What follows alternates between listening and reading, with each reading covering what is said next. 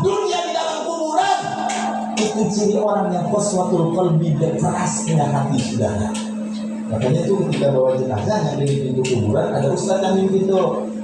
Nah, kita panggil ustaz dan bimbing kalau kita mau pengantin deh, ya. Dia yang mimpin tuh pas sampai masuk pintu kuburan, jagain dulu semuanya tuh. Mayit yang dipegang dah.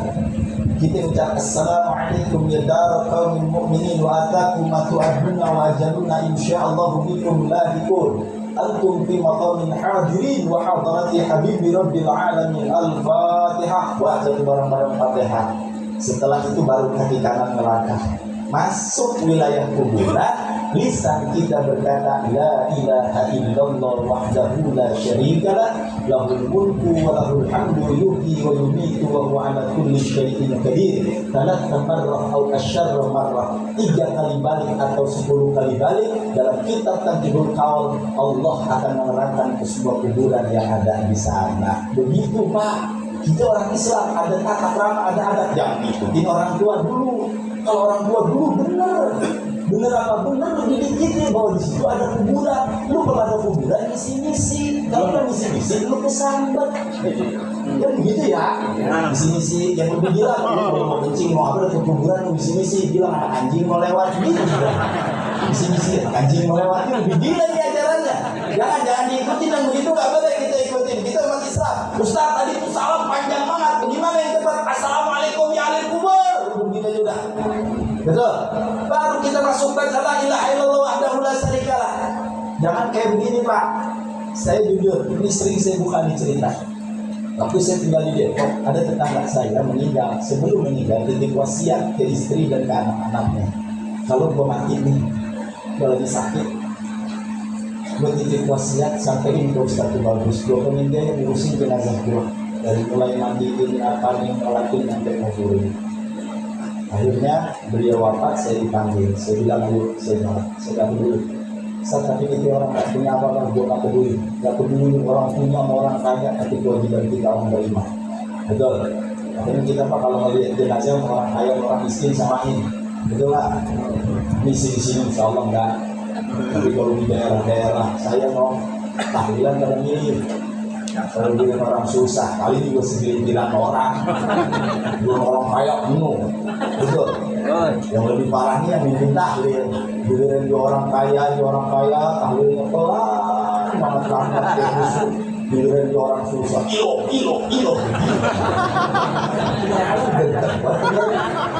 Betul. Di sini insya Allah enggak sudah. Saya yakin insya Allah semua tak peduli mau kaya mau miskin tidak datangin. Betul. Itu orang yang beriman, betul nggak?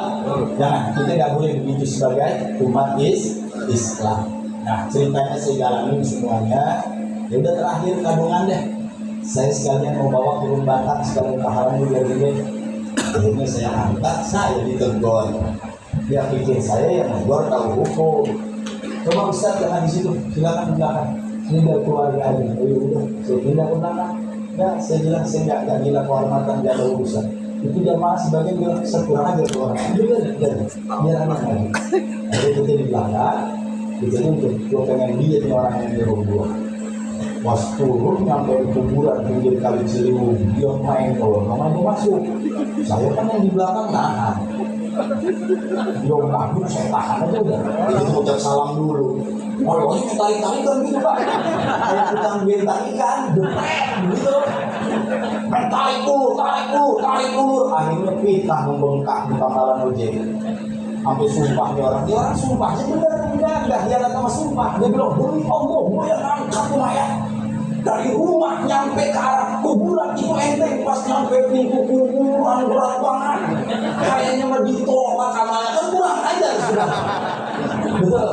Akhirnya saya bilang saya klarifikasi salah, itu gua yang nahan. Kenapa? Karena gua umat Islam dianjurin dalam kajian fikih kalau masuk kuburan begitu. Ya, masuk ini kita kuburan. Pertanyaan kedua, orang sini kalau nurunin mayit 3 orang, 4 orang, berapa orang? Hah? 3. Berapa? 3. Jangan begitu Pak, itu namanya udah dipoti, udah dipastiin 3 Ustaz, jangan. Kalau ada pertanyaan begitu biar cerdas kita jawabnya. Tergantung. Loh kok tergantung kalau mayatnya 3 kurus kayak saya, betul. Loh kalau mayatnya gede, mampu ente di bawah 3. Kalau nggak ketiban mayat ini saudara, betul. Makanya pegang tuh Bismillahirrahmanirrahim. Turunin ke bawah, udah diturunin kain putih pocongnya 4 ngikat 5 nguncup, dibuka nggak? Dibuka nggak? Ditaruh di mana? Ditaruh di. Ini kok pada jawabnya udah diri.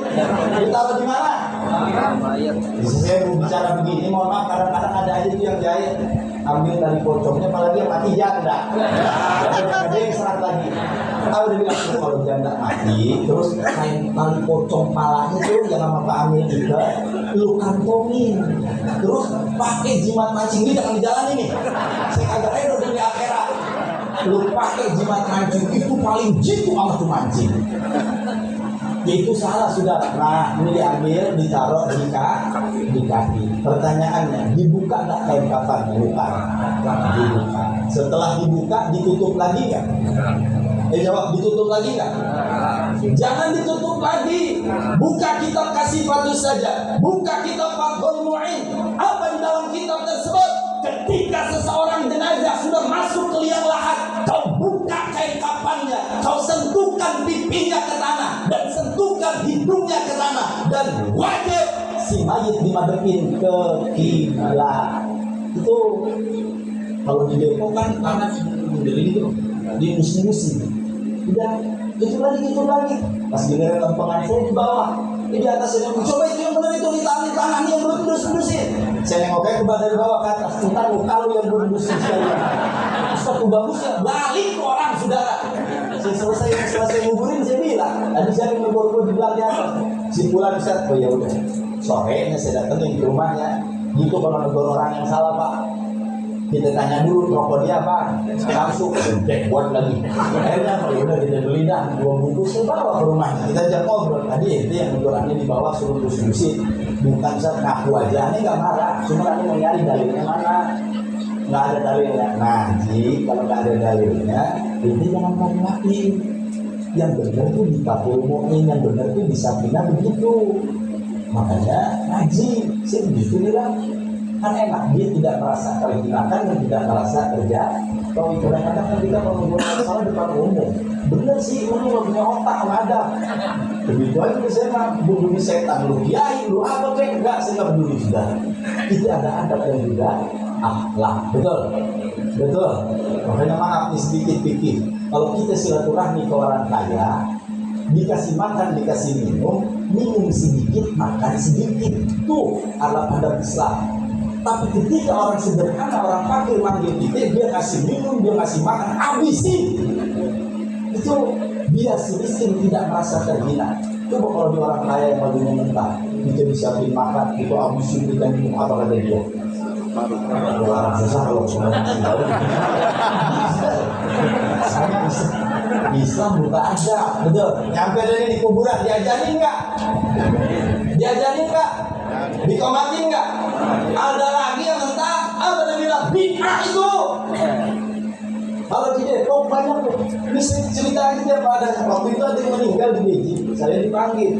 Ketika saya turun di kuburan, itu gak banyak. Pas saya aja nama rumah bubar. Saya tanya, ini apa pada bubar? Nah, kita kemana? Terus dia kata penguburan bid'ah ini. Saya bilang, Pak, saya sebelum Allah selama saya dakwah hampir 23 tahun lebih belum pernah saya minta ceramah. Pantangan buat saya minta ceramah. Lu undang saya, gue datang. Tapi kalau ujuk-ujuk gue yang minta, apa buat saya minta? Dulu saya mendidik begitu sudah.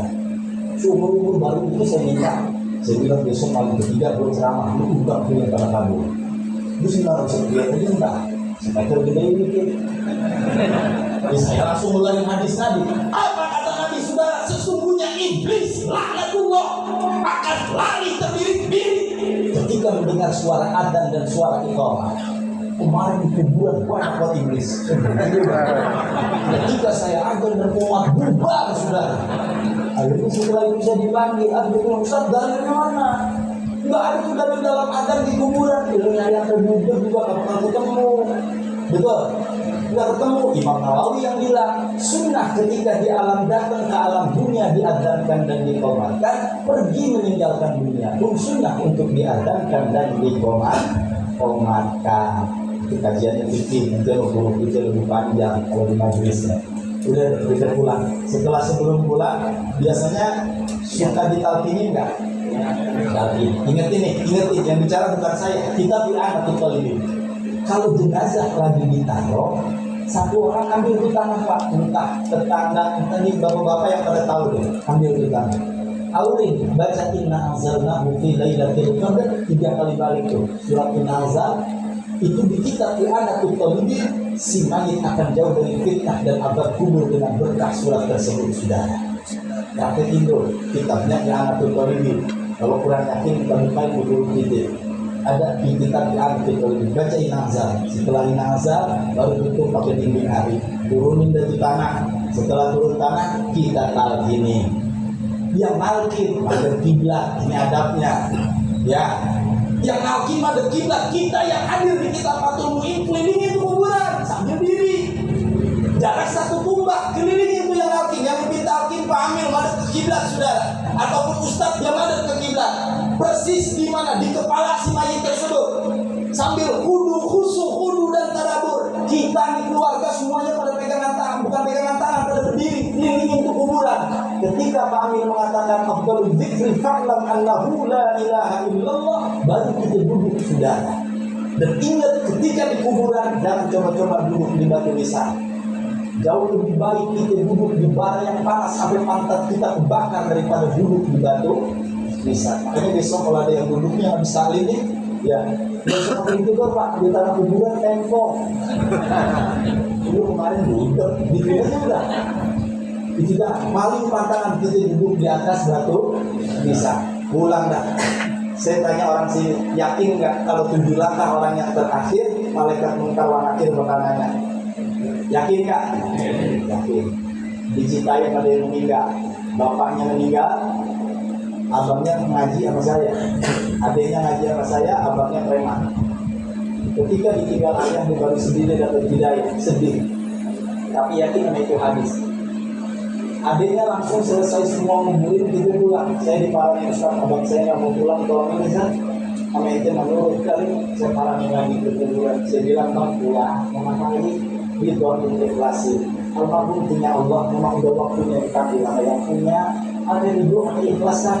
Cuma yakin hadis Nabi. Kenapa? Selagi ada orang yang terakhir dia di mana, malaikat munkar wa nakir belum turun nanyain bapaknya. Kecuali orang yang berpulang dia tungguin sudah. Saya bilang sekalian ini lu bangun kontrakan, agak peduli lu mau di sini berapa lama, munkar wa nakir mah pasti bakal pulang. Sampai di rumah ditalkin dia apa, dibikin tahlilan kan. Malam pertama, kedua, ketiga, keempat, kelima, sampai malam ke 7. Dari malam 7 malam ke 14, malam 14 malam ke 40 malam ke 100 baru ketemu. Itu dalilnya banyak, panjang nggak kalau dibahas nggak cukup sehari semalam. Kalau mau dibahas kupas sama pengikut ngaji udah tawakupan, tahu depan, habis garan betul. Itu juga kalau ada umur, ya makanya Pak. Sekali lagi, tidak ada nasihat yang paling baik terkecuali kita melihat dan menyaksikan tetangga dan saudara kita wafat. Ini acara kayak begini bukan sia-sia di hadapan Allah. Kata Nabi, "Al-mayyit fi qabrihi la kadjarihil." Tidak ada satu mayit pun di dalam kuburnya terkecuali seperti orang yang sedang bergerak di tengah lautan yang begitu dalam. Yang membutuhkan pertolongan dari yang hidup. Sepakat semua ulama bahwa sampai pahala bacaan Qur'annya orang yang hidup asal dipisahkan untuk almarhum. Ini masih ikhtilaf kalau baca Qur'an. Ada sebagian ba'du Syafi'iyah, ulama yang taklid ke Imam Syafi'i yang mengatakan tidak sampai bacaan Qur'an untuk almarhum. Tapi Imam Hanafi dan Imam Malik katakan sampai, asal di akhirnya ditutup dengan Allahumma taqabbal wa awsil thawaba ma qara'nahu minal Qur'anil 'azim ila fulana binti fulan. Tadi guru kita udah bawa itu. Berarti apa yang kita baca dari mulai acara ini dibuka sampai akhir udah disolid semuanya untuk almarhumah. Begitu enaknya kalau kita tahu ilmu. Andai kata kita ngaji aja nih, nggak baca Allahumma taqabbal wa awsil, atau ulama bilang nggak nyampe ke almarhum, nyampe nya ke ente doang yang baca, gitu. Makanya itu masih ikhtilaf. Sedekah dari yang hidup kepada yang mati itu juga sangat nanti oleh almarhum. Cuma dalam keterangan hadis, sedekah yang paling baik adalah dari diri kita sendiri daripada disedekahkan oleh ahli waris, artinya oleh anak-anak kita untuk deposit ke alam akhirat. Itu sampai Pak, membaca Yasin, membaca apa asal disolkan. Cuma kalau baca Yasin jangan pakai tatin. Saya pakai ngomong sama jamaah saya di Depok, bu kalau gua kagak ada ubur ini kalau bisa baca Quran mau baca Yasin di samping jenazah gua terus pakai terjemah. Terusan gua minta Allah ibuin gua semenit aja. Buat ngapain? Gua akan gamparin baca. Lu mau ngapain baca Yasin? Yasin. Kakinya dua ya di curang-curang. Gitu. Mending lu baca Qur'an bae dah. Jangan baca Quran lu pakai Latin. Kalau nggak bisa udah nggak bisa Ustaz, tadi nggak bisa Qur'an ya udah lu zikir di samping jenazah gua nggak apa-apa. Saya begitu Pak. Nggak, saya nggak setuju nih terjemah saya nggak setuju. Maksudnya terjemah surat Latinnya, ayat Latinnya. Kita kalau udah nggak bisa baca Quran, kita taruh baik kita duduk kita mayit baca Qur'an 3 kali, 7 kali, 10 kali nggak apa. Kita niatin bacaan Qur'an kita buat almarhum sampai nggak usah lagu-laguan kalau kata orang Depok bilang. Itu udah selesai, kita baca semuanya selesai, niatin pahalanya untuk almarhum. Doa dari yang hidup kepada yang mati itu sampai kok. Ini kita tadi didoain. Makanya saya mohon maaf, saya paling benci banget Pak. Saya paling tentang keras boleh tanya guru kita bicara ada.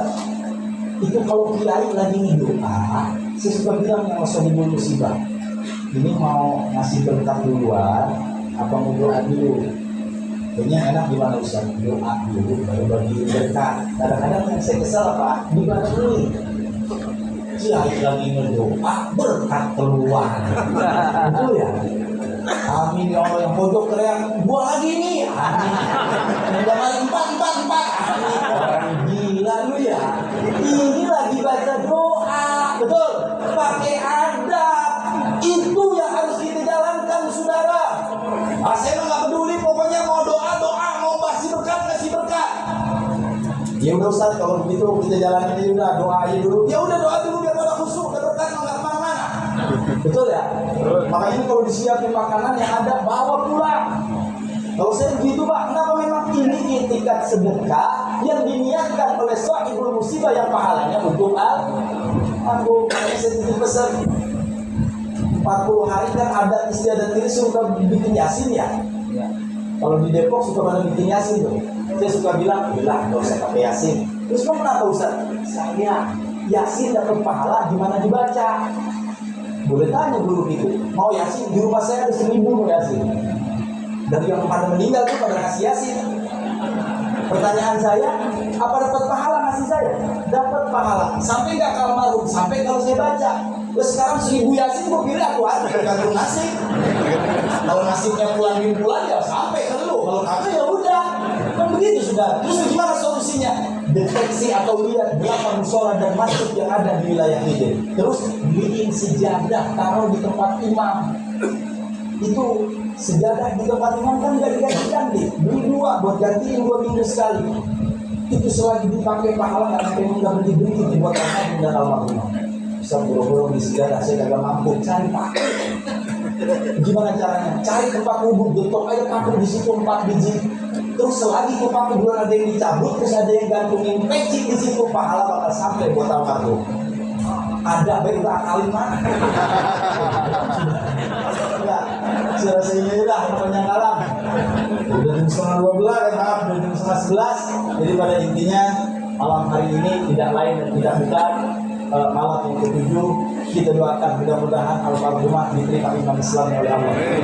Ini segala dosa dan kesalahannya, sehingga kuburnya dijadikan taman dari taman surga Allah Subhanahu wa taala. Nah, sebelum tadi ditutup doa sudah, nanti ditutup doa kafaratul majlis oleh guru-guru kita ya lain. Makanya ini sebelum saya tutup, saya titip pesan Pak.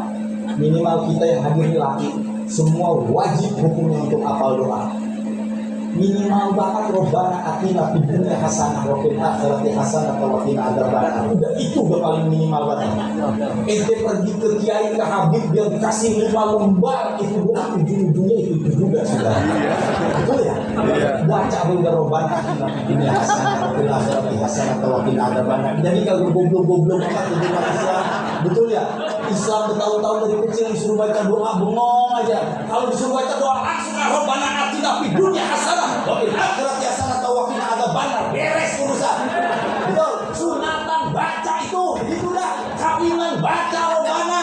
Ada anak sakit juga enggak apa-apa kita bacain Rabbana.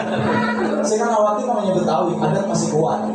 Kalau bila anak kita nangis gak keluar air mata kan udah dilihat.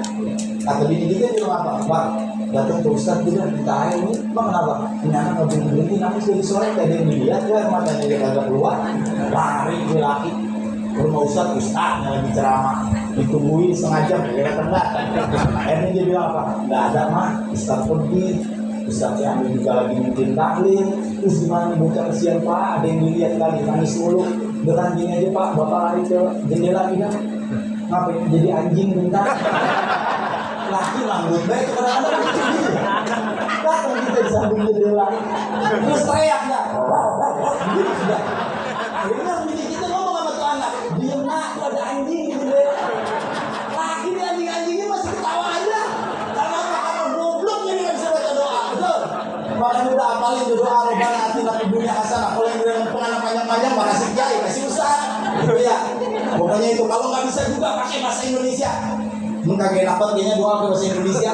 Betul. Kalau pakai bahasa Arab kan rada enakan dikit tapi tahu makna. Ngerinya kalau di sini udah nggak ada yang bisa mimpin tahlil sama sekali, jangan kalah start orang Depok. Dulu ada kiai satu-satunya kiai di Depok yang mimpin tahlil cuma itu doang kiai, nggak ada regenerasi. Tiba-tiba dia meninggal sakit di kiai pas 7 hari. Bingung semua jamaah, namanya di satu kampung kadang-kadang ada orang yang bocor. Aku udah bilang, udah lu gak usah khawatir, yang penting lu doa barengin sama kue makan keluar. Terus gue yang mimpin dari malu-malu buat ini kita.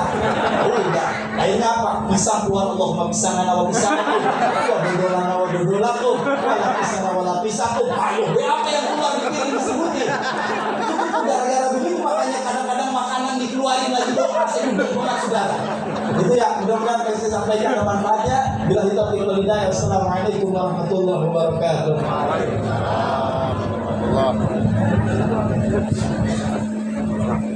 Terima kasih kami.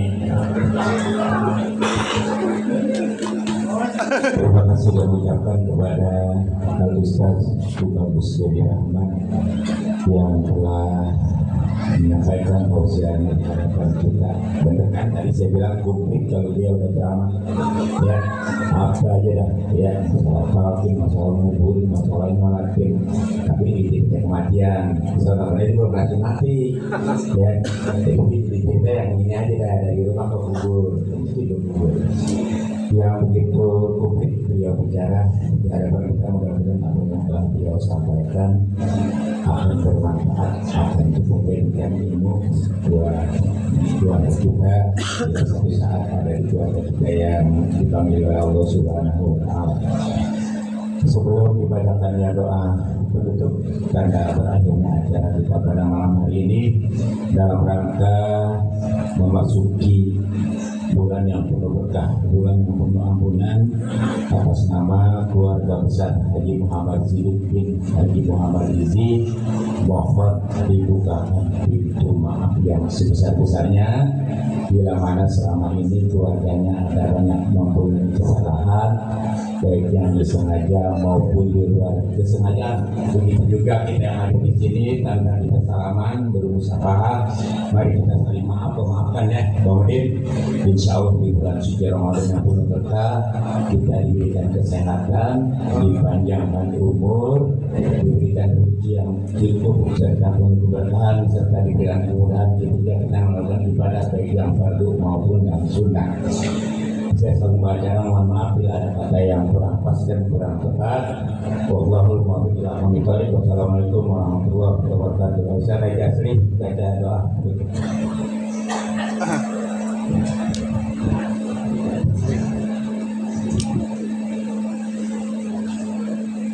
وأخوانك الذين يرحمنا يرحمنا اللهم جميل بالعافية والسلامة وحافظ بالتقوى والاستقامة وأعيذنا من الندامة إنك السميع الدعاء اللهم اغفر لأمتنا محمد وأمتنا محمد اللهم اغفر أمتنا محمد اللهم اغفر أمتنا محمد اللهم اغفر أمتنا محمد اللهم اغفر أمتنا محمد اللهم اغفر أمتنا محمد اللهم اغفر أمتنا محمد رحمة عامة يا رب العالمين اللهم اغفر لأمتنا محمد مغفرة عامة يا رب العالمين اللهم اغفر لأمتنا محمد وارجعنا بالجلال يا رب العالمين اللهم اغفرنا في الموت وفينا بعد الموت ربنا تقبل منا إنك أنت السميع وتب علينا إنك أنت التواب يا بدر يا كثير يا من لا يرحم سبحان اللهم وتحيا بالسلام